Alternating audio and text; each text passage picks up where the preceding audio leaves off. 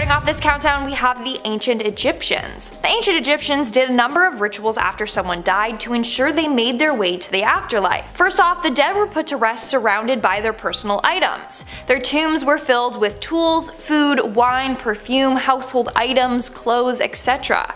Everything they believed they would need for the afterlife.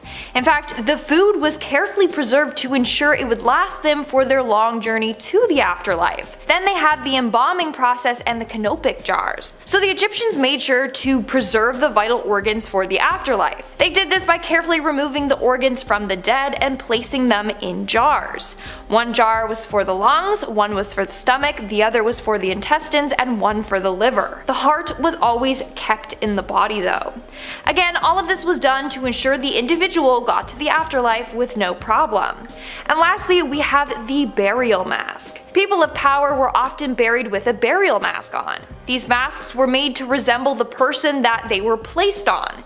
It was done so that the spirits would recognize the body after death and help them to the underworld. Furthermore, the mask was filled with oils which helped with the mummification process. And lastly, the Egyptians also created something known as the Book of the Dead, which helped them prepare for the afterlife where Osiris, the god of the underworld, would judge them. Coming in at number 9, we have the Rongarongo. Fun to say, really fun to say. The Rongarongo refers to artifacts found on Easter Island, a remote island in the middle of the Pacific Ocean, the one with all the big stone heads. Easter Island. This island used to be the home of an ancient civilization that died out under mysterious circumstances. On the island, artifacts, wooden tablets, were discovered with strange undeciphered writing on them. The writing is a series of glyphs, which is like a symbol kind of writing. While there have been many attempts to crack the code, so far they've been unsuccessful. It is thought that the language is a special and rare case of independent invention of human writing. If the Rongarongo language is ever translated, it could reveal the scary secret of how the people of Easter Island died. Coming into number 8, we have Perishing Square Underground Garage in Los Angeles. This is so mysterious indeed. Also, to me, when there's mystery, there's kind of a spook. Underneath Perishing Square, there is a 225-pound time capsule that was buried in 1950. It was buried under the instruction to be opened in the year 2950. So a cool 1,000 years in the future. The project was very secretive, so we literally have no idea what's down there. To me, that all sounds pretty scary, and I won't be around to find out what's in it. I don't have that much time. Coming into number 7, we have ancient disease. Two things to discuss here really. You guys know how much I love to bang on about the Siberian permafrost and how it's melting and unleashing all kinds of ancient diseases. Well, like that.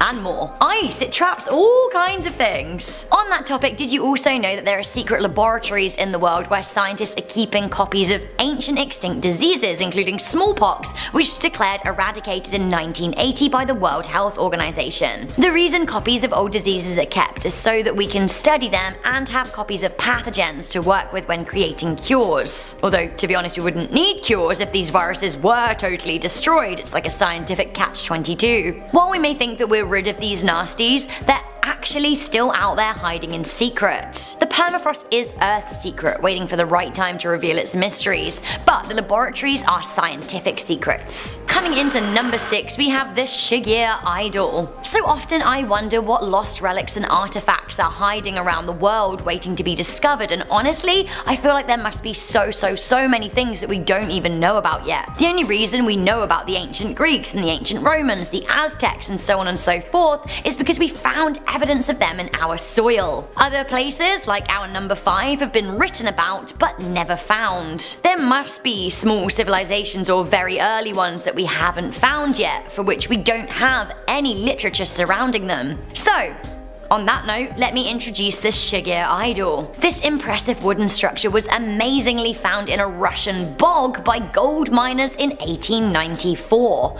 Before that, it had laid untouched and undiscovered for 11,500 years. Just to put this in perspective, this is over twice the age of the Egyptian pyramids and some. It seems like it is a carving of a forest spirit, but what that really means, we don't know. To think that this statue was hiding in time for millennia without anyone knowing it was there, honestly, that freaks me out, but also makes me feel good and weird and mysterious. Coming in at number 5, we have Atlantis. The lost city of Atlantis is just that.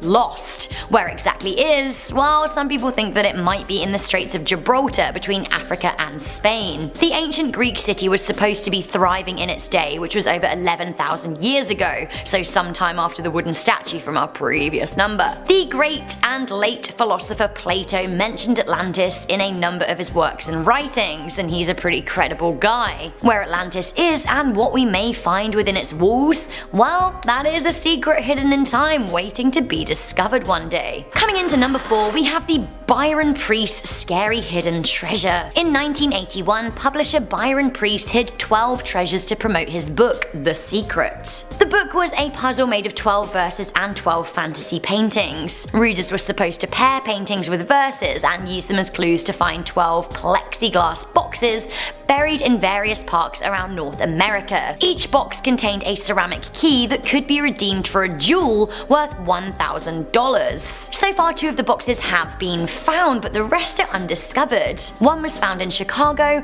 one in Cleveland, and there's a group of people who are ebbing closer to finding another in New Orleans. It seems that Byron Priest never told another human where the treasure was hidden, and he himself was tragically killed in a car accident in 2005, so with his death, the secret hidden treasure really is, well, secret.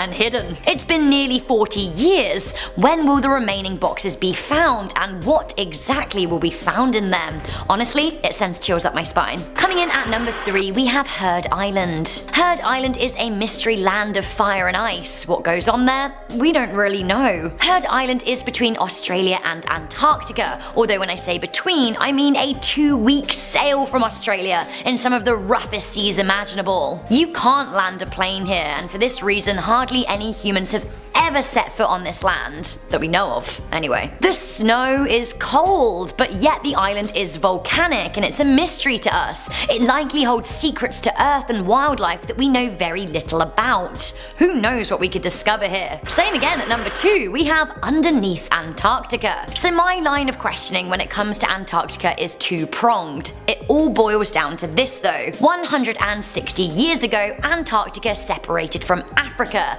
and back then it was by and large a pretty hospitable place to live. There was animal life living in Antarctica back then. What kind of life? Well, it was the Mesozoic era, so it was very much the age of the dinosaur. Okay. Noted. Animal life will have died out in the Antarctic deep freeze, which started around 23 million years ago. Now, this means that there could be a whole host of creatures trapped under the ice that we might not even know about. We may even have frozen dinosaurs that are pretty intact, and that really excites me. Some people even go as far as to say that there could be evidence of an ancient human or pre-human civilization trapped under there that we don't know about. The ice is, after all, an average thickness of 2.4 kilometers and over 4 kilometers at its thickest. Beyond possibly preserved dinosaur carcasses and lost human civilizations, the land under the ice as in its geological makeup may hold secrets to our very early history of a planet. Antarctica is likely shielding some of the biggest and maybe the scariest secrets of all time. Finally, coming into number 1, we have a message from aliens. Okay, so hear me out. In 1977, humans sent out a message from planet Earth into the ether via Voyager 1 and Voyager 2 spacefarers, although these were on 2 vinyls, so unless there are some hipster aliens about, I have no idea how they're going to listen to them. Either way, it would take 40,000 years for our message, travelling at the Voyager's top speed, to reach Glitz. That's a star 1.6 light years away. Okay, so that being known, perhaps aliens have sent out a message to us, but it's hidden in time and space. The universe is, well, you know, pretty endless. So far, scientists have discovered more than 500 solar systems in our galaxy alone, the Milky Milky Way. Now our galaxy, to put this into perspective, is one of 2 trillion. So I mean, I'm not one for super quick math or anything, but if the Milky Way is typical, there could be 100 billion or more solar systems out there. And that's just in the observable universe, and honestly, I am mind-boggled. Now I imagine that there is life out there somewhere, and if it's reached the point where it has the ability and capability to send out information into space, then, well, perhaps one day we will come across a message from them. Now though, we are getting into our number 10 with the Rongarongo writing. 26 tablets were found on the remote Easter Island, thousands of miles out in the Pacific Ocean. Written on them were glyphs, which historians have not been able to decipher since they were discovered over 150 years ago. The images are shaped like humans, animals, plants, and geometric patterns. Every single symbol contains a head that is facing up, forward, or to the right. Each one is about a centimeter high. That's pretty much all we know though. It's thought that the writing may contain clues as to how the civilization that lived there ended up collapsing. Number 9. Lion cubs. Lion cubs in ice? Well, yes indeed. The world is strange and wonderful, and it was once covered in a lot of ice. Union and Dina were the first cave lions to be found, and another was found more recently in Yakutia, Russia. Both sets of remains date back to the Ice Age around 12,000 years ago. The species uncovered went extinct 10,000 years ago, and these poor babies died in a really sad way. Either their mother died or abandoned them, and the newest cub is so well preserved that you can see how it went to sleep with its little head resting on their paw. They also found 2 other cave lions, Boris and Sparta, in the same area, both perfectly preserved and 18,000 years apart. These 2 little cubs also helped establish the appearance of cave lions without manes. But the most exciting thing about the remains is that it could be used for cloning now that we've completed the genome. Interesting. Number 8. A wolf head. The wolves we have now are pretty massive, but imagine how big their ancestors must have been. Pavel Efimov was searching for mammoth tusks in Siberia, Russia, when he made an unexpected discovery: the head of an Ice Age wolf, perfectly preserved. Its hair, teeth, brain, and ears are fully intact after can't believe this, after 40,000 years frozen in the permafrost. These massive creatures were a little over twice the size of modern day wolves and could crush bone with their jaws. Definitely not the most friendly of creatures. It would have been a full-grown wolf when it died, but it wasn't killed by humans. Why was the head separated from the body then? Well, scientists believe that it died originally intact, but with the melting and shifting and cracking of the ice probably separated them. The most exciting part is that now scientists will be able to study the evolution of the modern day wolf. Number 7. Disease. I think we've talked about this on the channel before, but here we are again. In August 2016, 21 people were mysteriously infected by anthrax. This is just one terrifying discovery that scientists have made beneath the ice. Researchers are concerned that some of the world's most deadly viruses are trapped beneath the permafrost from the Ice Age. And based on this event, they don't seem to be wrong. Not only are they worried about the potential resurfacing of the bubonic plague or smallpox, but something even bigger. Something we may not even have heard of yet. Due to the rapid rate of the ice melting, it is only a matter of time before we figure this out the hard way. We've survived one pandemic. Is another waiting beneath the ice? One layer away from revival? I really hope not. Number 6. Giant animals. Considering we have started this list off talking about a lot of animals, it seems to make sense that we highlight a theme here. Ever wonder what it would be like to live in the Ice Age? Me neither, except for maybe right now, because it's boiling right now. Oh, it's so hot. Never mind. Way too hot. We're just gonna take this off. Ironically, it's way too hot in the studio today, so here we are. Why? Because everything was so much bigger, and even imagining that terrifies me. Megafauna were large, oversized animals that lived around the time of the Ice Age. In fact, it was their playground. Not only was there of course the woolly mammoth, but massive saber-toothed tigers, short-faced bears, and of course the above, massive dire wolves. Plus, you can almost guarantee they were always hungry with food being so scarce. I wonder if people will look back in like 1,000 years from now and think about how small our animals are. But believe me, from giant wombats that could be mistaken for bison to killer birds, not a place we would want to live. But they also had some unique survival skills. For instance, the Ice Age rhino was believed to have had a shovel horn to help remove snow.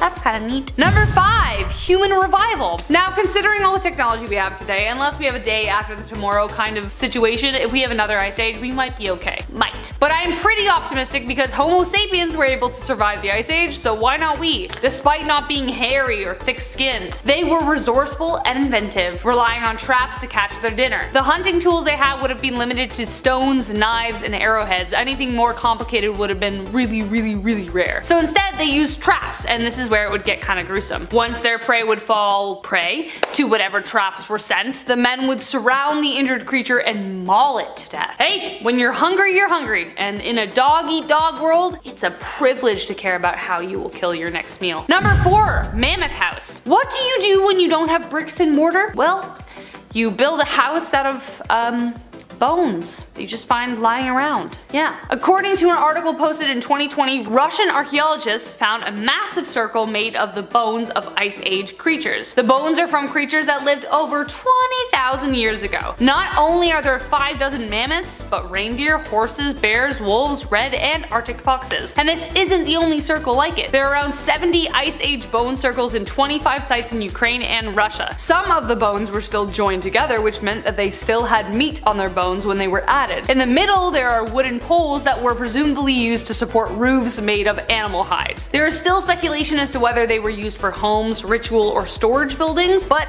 still, a house of bones sounds odd to us, I know, but imagine having to withstand cold without the tech we have now. Desperate times call for desperate measures. Number 3, mini ice ages. Did you know that we may get a mini ice age before we get a really big one? Like a test run, kind of, if you will. Though they aren't as deadly, they can still cause widespread famine and disease due to failed crops. The last recorded mini ice age happened between the 12th and 14th century, peaking from 1500 to 1850. It mostly took place in the northern hemisphere of Europe, where seas would freeze repeatedly and glaciers would crush whole villages. This happened quite often in places like Switzerland. But even worse, just like in Game of Thrones, they would go whole years without summer. No thank you. No one quite knows what caused this tiny ice age, but scientists have a couple of ideas. One, that it had something to do with volcanic activity, and that it had an effect on the solar energy the Earth was receiving. Whatever the reason, it definitely provides yet another explanation as to why the Middle Ages were just so sad. So sad. Number 2, more CO2 is a good thing?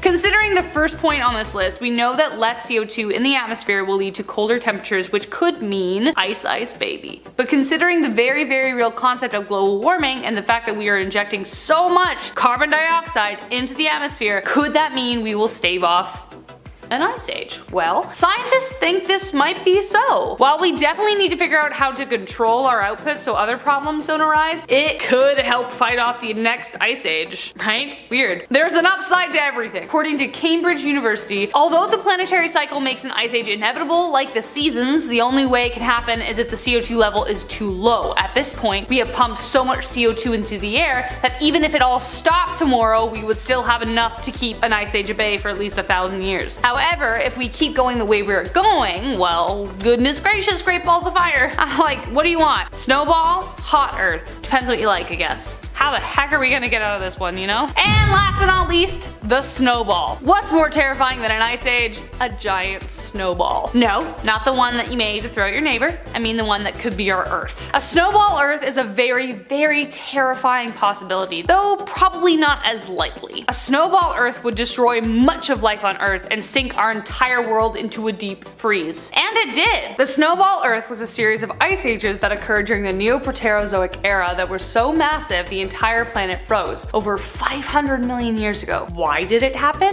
Well, scientists from MIT speculate that it was due to a drop in heat so steep that it triggered a runaway effect. The ice expanded so quickly the Earth didn't have time to recover. This drop in temperature might have been prompted by several volcanic eruptions that happened in quick succession. Scientists are unsure as to whether humans could make this happen, but if it did, we wouldn't be able to stop it. At the speed at which the Earth's atmosphere is changing because of us, who knows what could happen. It could go so far it goes the other way around. You just don't know. Starting us off at number 10 is the Devil's Bible, also known as the Codex Gigas. Back in the 13th century, there was a monk who was sentenced to be walled up alive because he broke his sacred vows. Obviously, this guy wasn't a fan of dying, so what did he do? He promised the monastery that if they let him live, he would write a book that would contain all human knowledge. in a day.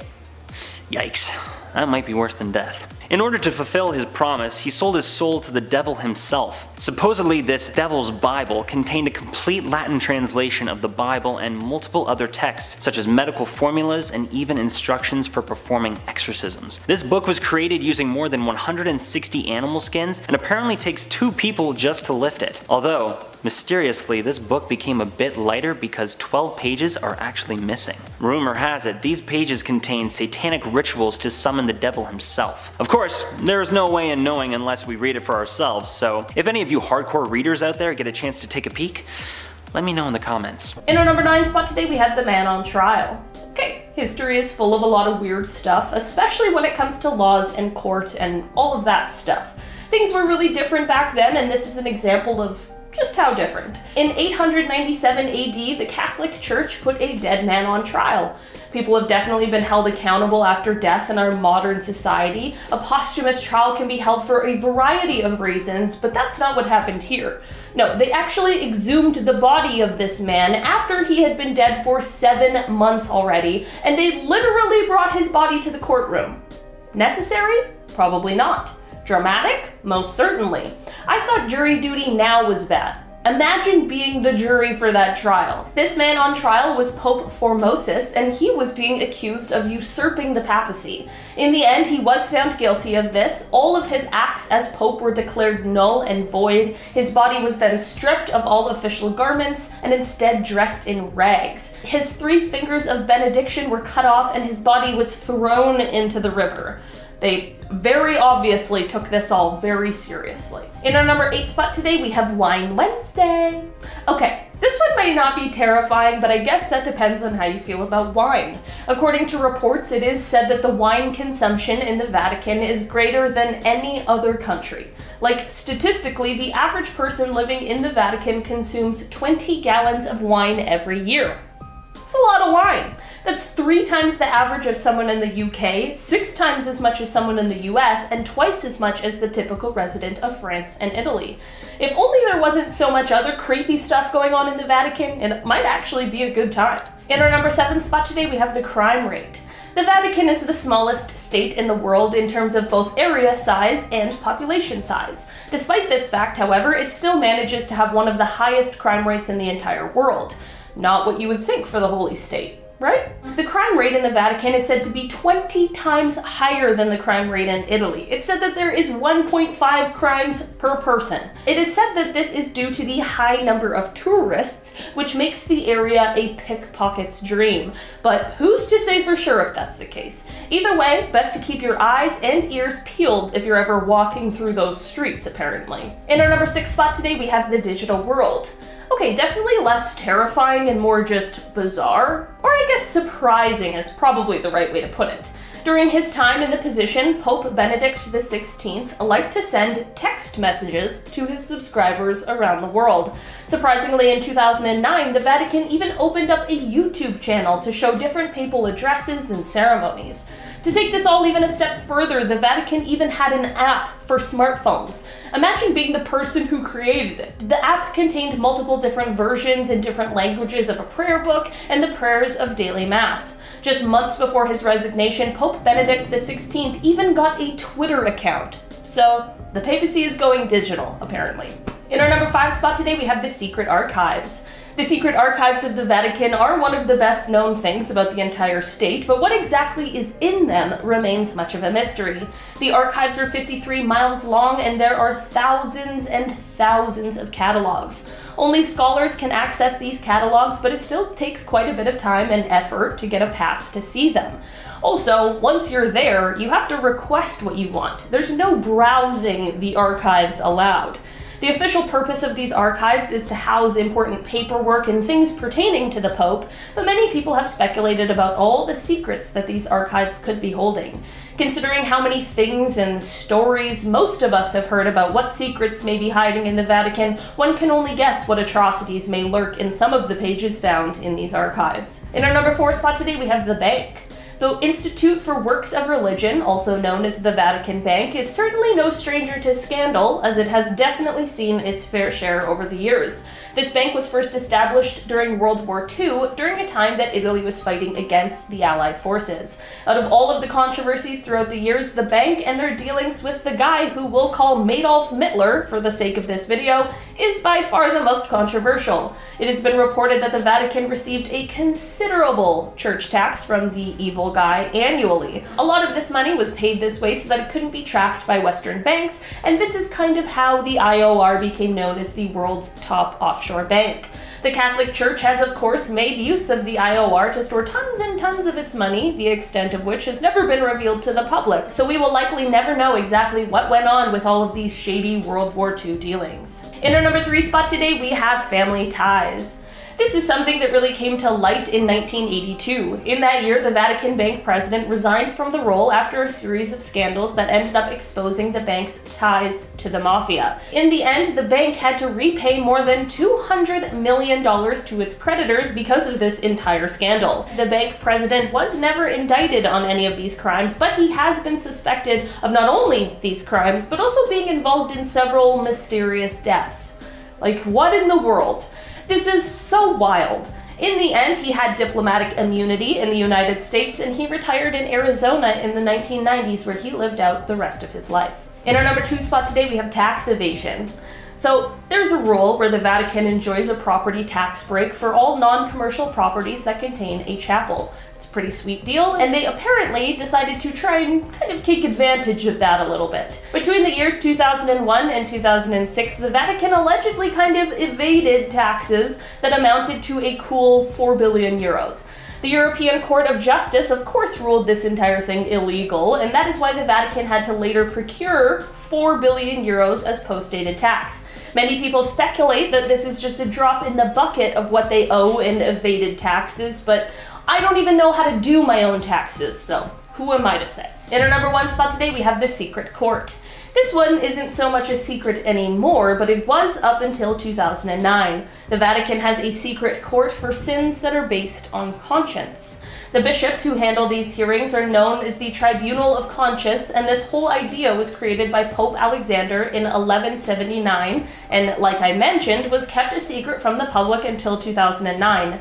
The sins that this court sees range from the spitting out of a communion wafer all the way to things like priests breaking their vow of celibacy, and I'm sure a lot more stuff that we just won't even get into. You know, fun stuff. The tribunal, of course, considers these matters, but the decision-making in the end lies with the major penitentiary. Coming in at number 10, we have the classified JFK Assassination Documents. When it comes to scary secrets hidden in time, the United States government is sitting on a motherlode. While the Freedom of Information Act is a thing, the United States government has classified a bunch of documents to keep them from the public eye. The CIA released a statement to say that when historical information is no longer sensitive, we take seriously our responsibility to share it with the American people. Well, responsibility or not, it seems that Donald Trump does not want the American people to know more information about JFK's assassination. Even though it happened in 1963, documents about the event are still classified. In October 2017, 2,800 files about his murder were released, which revealed all sorts of things, including that the Russian KGB believed that Vice President Lyndon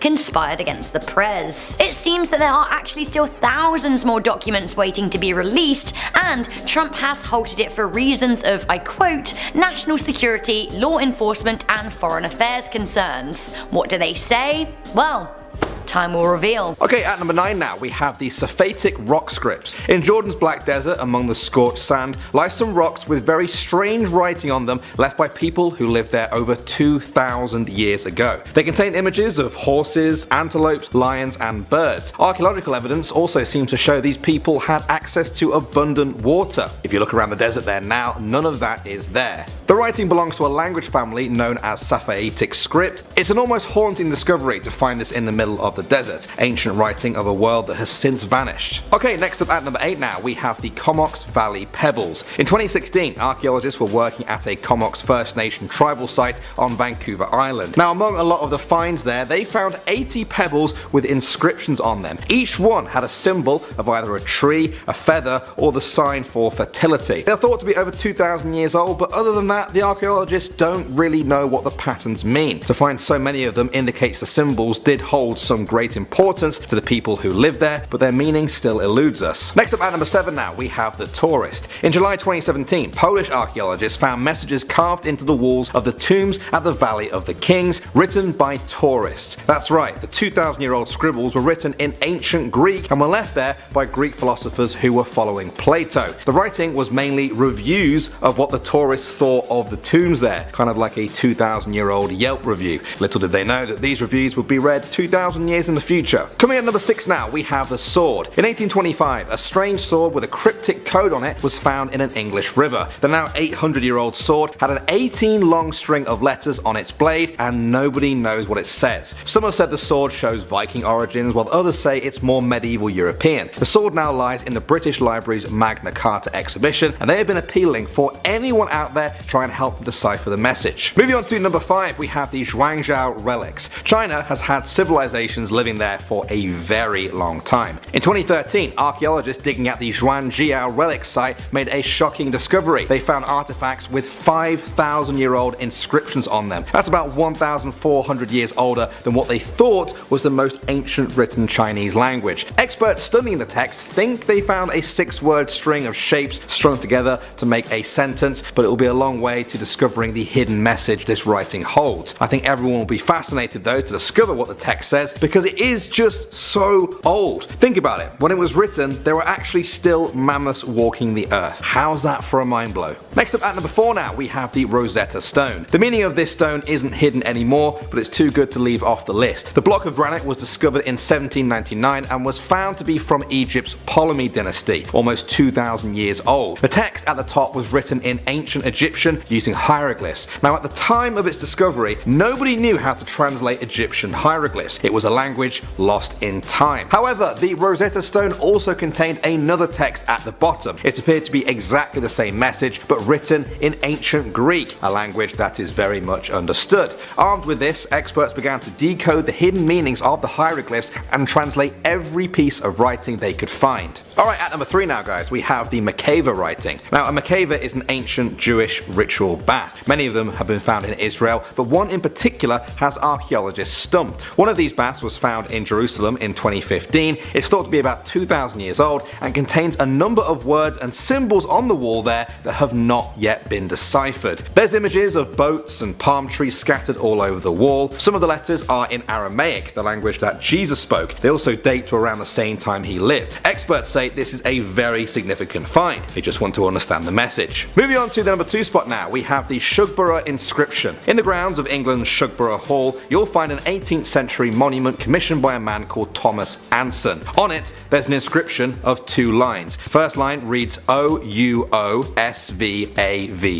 while the second is a D and an M separated by a large space. It's believed that this is a Latin inscription of sorts, but nobody knows anything more than that. Countless people have tried to decipher this over the years. Even men like Charles Darwin and Charles Dickens have tried and they failed. It looks like this cryptic message will never be decoded, but that doesn't stop many people from trying even to this day. And finally, number 1 now guys, we have the Indus script. Experts know that the Indus Valley people and their culture were the precursor to many of the cultures and languages found throughout India, Sri Lanka, Pakistan, Bangladesh and Malaysia. So, you think that everyone would know how to read their language, right? Wrong! Over 4,000 items have been found with the Indus language on it, mainly ranging from 4,500 to 4,000 years old. Experts have yet to understand what any of them mean. The problem is, the length of the average script they find is so short that they can't study it for repeated patterns to try and figure out what the symbols mean. Number 10. The missing link. According to a study posted by Cardiff University, scientists think they have finally found the missing link that foreshadows the Ice Age, and it's a little too real. What did they know before? Well, scientists knew that Ice Age cycles developed due to periodic changes in the Earth's orbit. The small variations in solar energy set off massive shifts in Earth's climate. But how? how remained a mystery. Well, now scientists think it has everything to do with the melting of the icebergs. Ha ha ha, well, isn't that interesting? When the Earth is in the right position and icebergs begin to melt away from Antarctica, immense volumes of fresh water move into the Atlantic Ocean away from the Southern Ocean. Therefore, the Southern Ocean gets saltier and massive changes in circulation patterns pull CO2 out of the atmosphere. We know that the less CO2 in the atmosphere, the colder the temperature will be as it reduces the greenhouse effect. Therefore,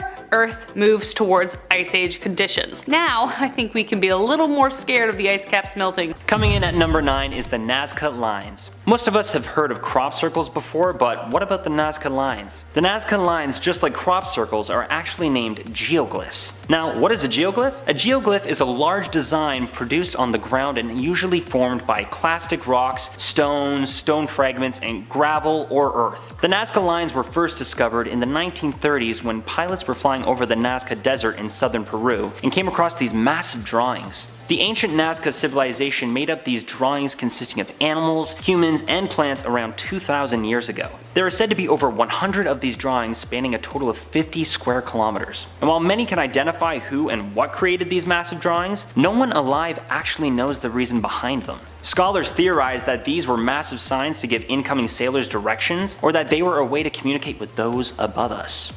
Dun dun dun!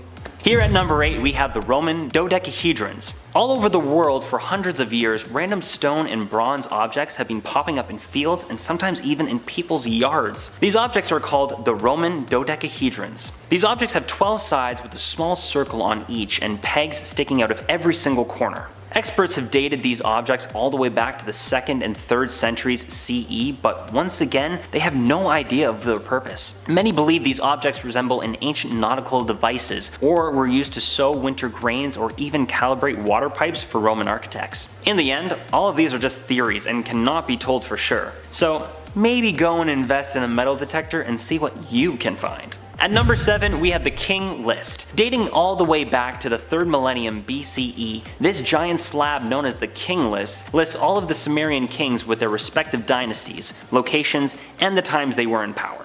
This may not seem like much of a mystery to you, but the mystery isn't the list of the Sumerian kings on the slab, but what is actually included in the list of kings. There are mythological events inscribed on the slab, as well as the events of the Great Flood and the tales of Gilgamesh, meaning that the stories from the Old Testament could indeed be true and that the kings included on the list were actually gods or demigods. Hopefully all that power didn't go to their heads. At number 6 we have the Antikythera mechanism. Back in 1900, a group of sponge divers discovered a shipwreck in the Mediterranean dating all the way back to 70 to 60 BCE. These divers salvaged 3 pieces of bronze making up what is now known as the Antikythera mechanism. This shoebox-sized artifact stunned scholars for over a century due to the fact that the object's gears and internal mechanisms were far beyond any of the known Greek tech of the time. Some even believe that this object is proof of ancient aliens' visitations to Earth. Although in the late 20th century, X-rays showed that the object is designed to track astronomical movements and was confirmed later by CT scans that revealed inscriptions for what was basically an ancient computer. While the object's use has now been confirmed, what is still puzzling is the advanced construction and precision of this tool that is believed to be way more advanced than what was available at the time. I don't know. If you ask me, I say aliens. At number 5 we have the stone spheres of Costa Rica. Ever since the 1940s, scientists have been digging up these ancient mysterious spheres in the Diques Delta of Costa Rica. Originally discovered by agricultural forays by the United Fruit Company, small stone spheres ranging from a few centimeters wide to 2 meters in diameter and weighing over 16 tons have been popping up everywhere in the Diques Delta. Every single one of these spheres is man-made and made up of an igneous stone known as granodiorite. Many of these stone spheres have been moved to high-profile locations throughout Costa Rica, and some are even now privately owned. Everyone seems to love them for their decoration, but the coolest thing about them is that absolutely no one knows why, how, or who made these strange objects. Seems to be a common theme, huh? At number 4 we have the bog bodies of Northern Europe. Ever since the 18th century, hundreds and hundreds of well-preserved human bodies have been discovered in the peat bogs of Northern Europe. Some of these bodies have been dated all the way back to 8000 BCE. Some of you may be familiar with the famous Toland man, who was discovered back in 1950 by 2 Danish farmers in a small town in Denmark. The Toland man is believed to be from the pre-Roman Iron Age of the 3rd century BCE. His body was so well preserved that scientists were able to look at the contents of his stomach to determine where he lived. Now, I know what you're thinking. Dewey, this sounds amazingly gross and cool, but where's the mystery, my dude? Well, I'm glad you asked. All of the bodies that have been found have no explanation as to why they were placed in the bogs, nor why this way of disposal would be utilized. There are only speculations that these people were either sacrifices or social outcasts who were fated to meet their doom. Wow. And I thought high school kids were mean. Coming in at number 3 is the underwater ruins of Japan. Just under the surface off the coast of Yonaguni-jima is Japan's very own Atlantis. First discovered back in 1995, divers and researchers believed the findings to be nothing more than just a series of weird rock formations that included straight lines and right angles. Later, there were researchers that discovered a large stone gateway, carved stairways, and streets to huge vaulting towers. Many believe the underwater mystery to be the fallen city of the Jomon people. Experts believe that the city didn't fall into the sea like other fabled underwater cities, but actually slowly submerged over thousands of years. It is believed that this site could hold secrets and answers to all of the other theorized underwater cities around the world, such as Atlantis. Now, we could continue to theorize, or we could just believe that Aquaman starring Jason Momoa is actually a documentary and he currently does live in the ocean. I could see it.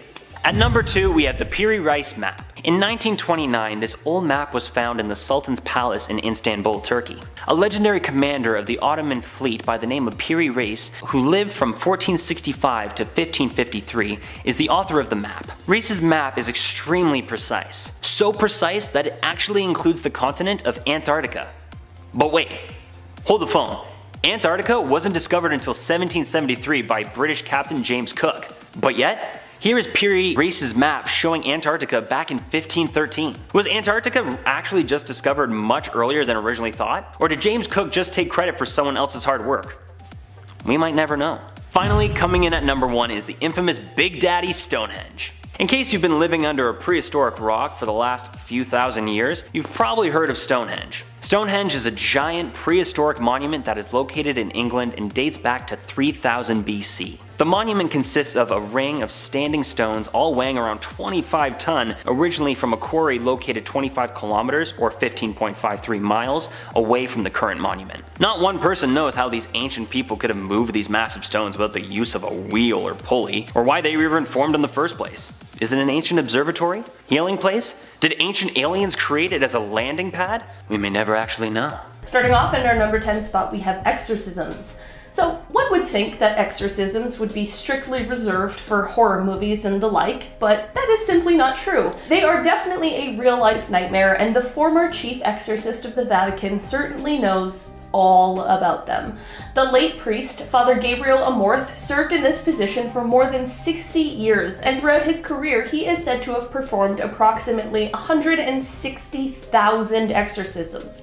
That's an insane number. What's even more concerning is it's not like he's the only one doing them. There are tons of priests who perform these things. So much so that there's a workshop at the Vatican that has welcomed 250 priests from across the world to learn how to perform such a thing. This is all to say that a lot more exorcisms are happening than I would have liked to think. Coming in at number 9, we have ancient Greece. And if you guys are liking this video so far, then make sure to give it a big thumbs up because it really helps us out. The ancient Greeks had a quite different view on the afterlife. They believed that when a person passed away, they would take a ferry and go to the underworld to Hades. But no matter if you were good or bad during your lifetime, it was believed that everyone just went down there to the same spot. And obviously it's no sunshine and rainbows down there, it's pretty cheerless. So everyone that was buried had to be done so with a Greek coin in their mouth. This was enough to pay for the ferryman for the trip across the river Styx and to Hades. Well, then the Greeks were like, screw this, why should there be equal misery for all? So then they began the good go on to the afterlife. So from the 6th century BC onwards, they believed that if they practiced certain secret rites, then they would get to go somewhere that was a happier place. Moving on to number 8, we have reincarnation. A number of cultures believe in reincarnation, particularly Buddhists. So they believe that after you die, let's say you have unfinished business left on Earth, then your soul will be transferred into another body to enjoy life again. The reincarnation process will continue on and on until you accomplish everything that you believe you have been set out to do. By doing so, you will reach nirvana. It's the end of suffering and a heavenly paradise where your soul can rest. Moving on to number 7, we have the Chinese burial rituals. Similar to ancient Egyptians, the ancient Chinese believed that the dead should be buried with everything they would need in the afterlife, such as their personal property. In fact, people of power were often buried alongside their servants and soldiers. So they would engage in human sacrifice in order to make sure that the individual would be protected by their soldiers in the afterlife, but also would have an assistant there as well. That was until Emperor Yin Shi Huang. When his tomb was unearthed in 1974, they found an army of 8,000 life-sized terracotta soldiers. They were designed to be his protectors in the afterlife. So instead of sacrificing 8,000 people, they just created these ones instead, which is a much better choice if you ask me. Coming in at number 6, we have the water burial. A number of cultures, especially in Nordic countries, engage in something known as water burials. It's a sacred ritual in which the dead are placed in coffins and then at the top of cliffs facing towards water. Or they would place the bodies in something they called death ships. Then their bodies were placed on a river or ocean and pushed out. This was said to give the bodies back to the gods. We're now at our 5th and halfway mark with Jainism. There are approximately 4 million people that follow Jainism. This is the belief that there are a number of gods out there, as well as they believe in reincarnation. Similar to Buddhism, they believe that they will continue to reincarnate until they reach liberation. Liberation is only achieved if they avoid bad karma and cause no harm. Now, here's the thing. The reincarnation process is pretty dark. So when people die and don't achieve liberation, they might have to go through 8 hells of suffering before their rebirth. Each hell gets colder and colder and gets worse and worse. The soul is subjected to a number of torturous things before they reach the final hell and are placed back on Earth for another chance to reach liberation. Once they do, their soul gets a place among the gods. In our 4th spot today, we have the Chinese traditional religion. Individuals who follow the Chinese traditional religion believe in a peaceful life after death. In order to do so, the individual needs to perform specific rituals to honor their ancestors, like partaking in prayers, ancestor worship, longevity practices, and more. Now, upon death, the god Cheng Wang will determine whether someone's spirit is good enough to go to paradise, or if they will go to hell and then reincarnate to try again at life. Moving on to number 3, we have the Aztecs. The Aztecs believed that when someone died, they would enter one of 3 places in the afterlife. Sorry if I pronounced this wrong, but they are the Mictlan, Tlalocan, or the Sun. Mictlan is the underworld. Those that lost their lives from horrible causes would end up there. Tlalocan is a paradise ruled by a rain deity.